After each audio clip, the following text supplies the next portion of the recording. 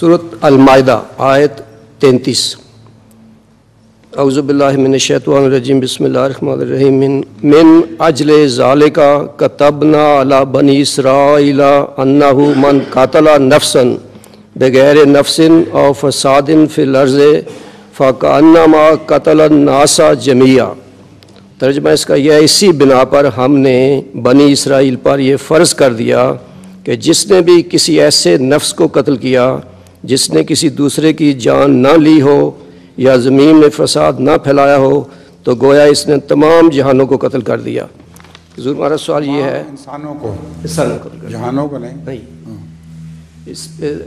حضور اسلامی تعلیم کے مطابق ایک شخص کو اگر مارنا گویا ساری کائنات کو مارنے کے مترادف ہے۔ کیا؟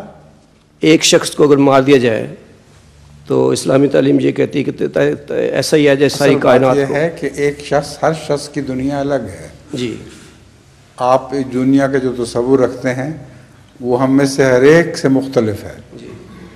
تو جب آپ کو میں کہہ رہا ہوں غلطی سے، کوئی شخص جب مرتا ہے تو اس کے ساتھ ایک پوری دنیا مر جاتی ہے، سمجھے ہیں؟ جی ہے۔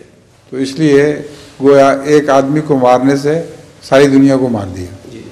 یہ تعلیم کو خاص یہودیوں کے لیے تو نہیں، تو یہ تعلیم کو خاص یہودیوں پر فرض تو نہیں ہے؟ خاص کا مطلب میں نہیں سمجھا آپ کی بات کیا۔ جیسے یہ کہا تھا نا کہ اس بنا پر ہم اسرائیل پر یہ فرض کر دیا یہ تعلیم۔